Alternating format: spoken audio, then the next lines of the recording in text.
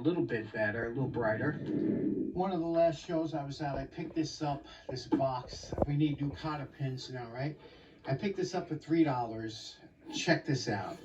Only a few of us can appreciate a box of old cotter pins. And, you know, they're new old stock, they're not used, but some of them got some garage grunge on them. But look at this. Look how cotter pins used to come in this tin. Look at that beautiful tin, and it said popular assorted cotter pins. Look at that. Is that not a thing of beauty? I don't know. I don't know if there's a lot of you out there who get excited about cotter pins like I do. But this was just a gem. I was so happy to get this. And in the Optimo cigar box. Now, you know, my... So this is a response film for ScoutCrafter. Yeah, you know ScoutCrafter. Every Monday at 7:30, every Wednesday at 7:30, and every Friday at 7:30. He said, world's biggest collection. Anyway, we were talking about, well, cotter pins. Let's get into that discussion between what we say over here, this side of the pond, and what you say over there. We call these split pins. Yeah, I've only got one of those. You just never know the day that you're going to need it. Might just save your bacon, mightn't it? Might just save your bacon. And we've got some in here, look. Always worth picking up. You just never know. I did have that, yeah.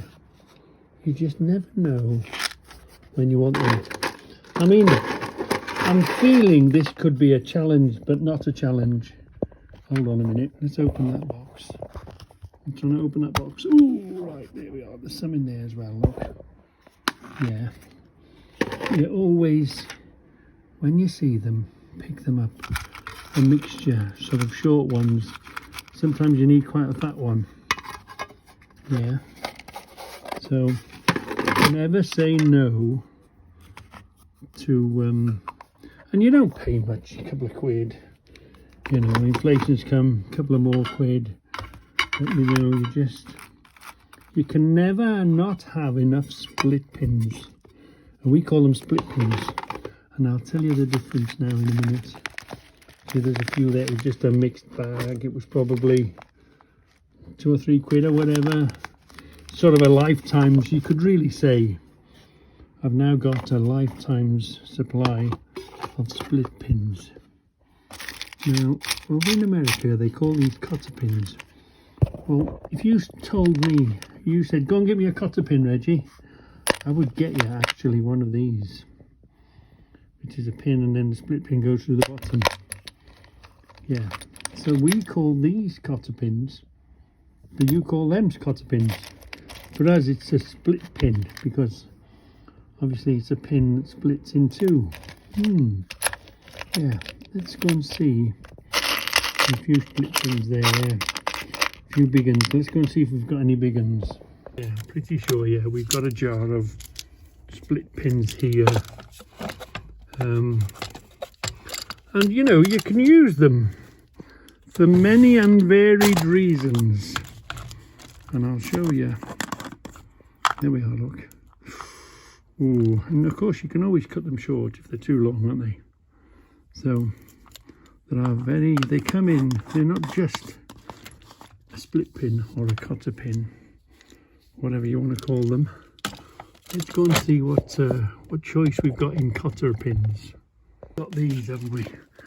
These little tubs of springs. I think they were, yeah, and we've got a box of, we got a box of electrical stuff. These were stocking fillers. Yeah, box of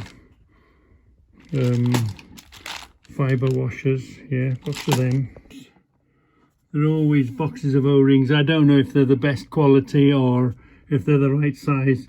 It might just do what you need, so it's always worth keeping some rubber O-rings as well in your boxes of collections, you know, that you pick up, bump into randomly in a market, in an event, in a show or something.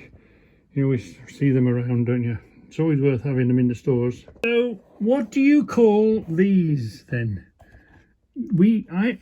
Over here I would call these cotter pins, and it's always nice to have a selection, you know, for the end of your cables, or the end of your clutch cable, the end of your brake cable, the end of your throttle cables, all that sort of stuff, generally, or the end of your linkages. So we call these, oh, now they've called these clevis pins. I always thought these to be cotter pins. Oh, I haven't seen that before. Clevis pins. That's interesting. Very interesting. All you people that say, well, I haven't really got a use for a split pin or like that, there's always an alternative use. You can always use them should you need a go faster stripe to go down both sides of your little gravity car from if you get a ScoutCrafter challenge. So I'm really looking forward to what's this year's challenge, or you know, what's 2025 challenge going to be from ScoutCrafter this year? You know what I mean? You know what I mean? Wink, wink. You know what I mean? Say no more. Say no more. Yeah, nudge, nudge, wink, wink.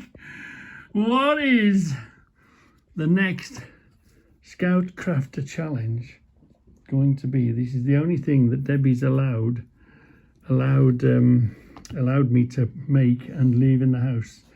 This stays and let me tell you, it is me that's driving, because look, you can see my ball patch. That's my ball patch. So it's definitely me that's driving. Yeah. So really looking forward to a challenge this year. I wonder what it's going to be. Wink, wink, nudge, nudge. Know what I mean? Know what I mean? Say no more. Say no more. So who remembers the gravity car? We had to make it out of a 4x2 piece of wood. We put a bolt through here. We drilled the holes. We made the wooden woods.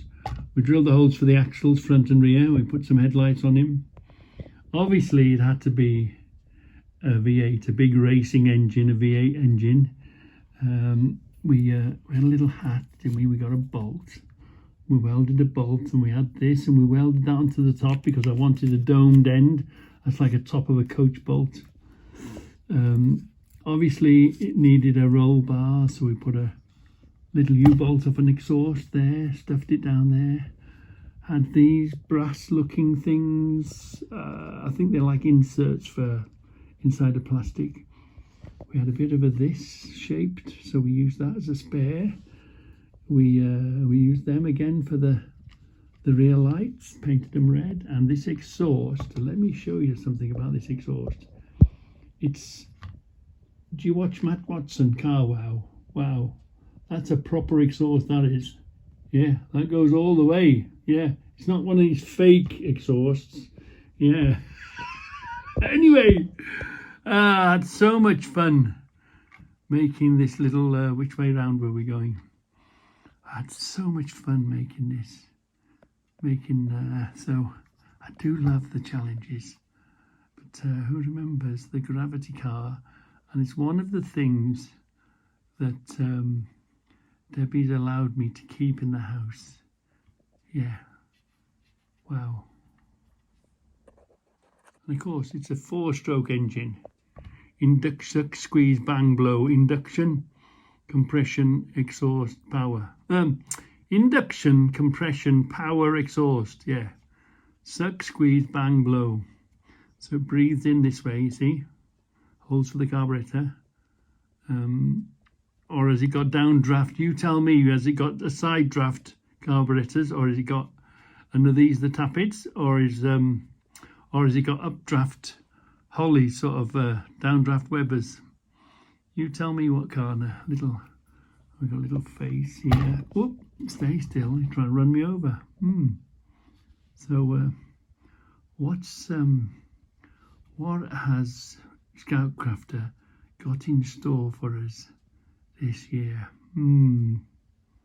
2025, it's another year, means another challenge. Woohoo! Here is something else that I really enjoyed.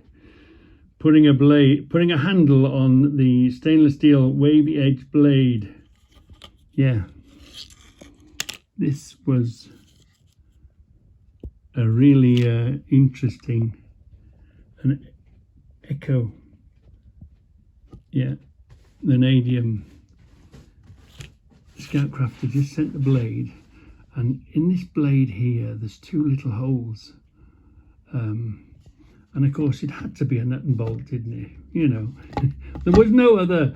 This was, you had to put a handle on, but in sort of your style, as you might say.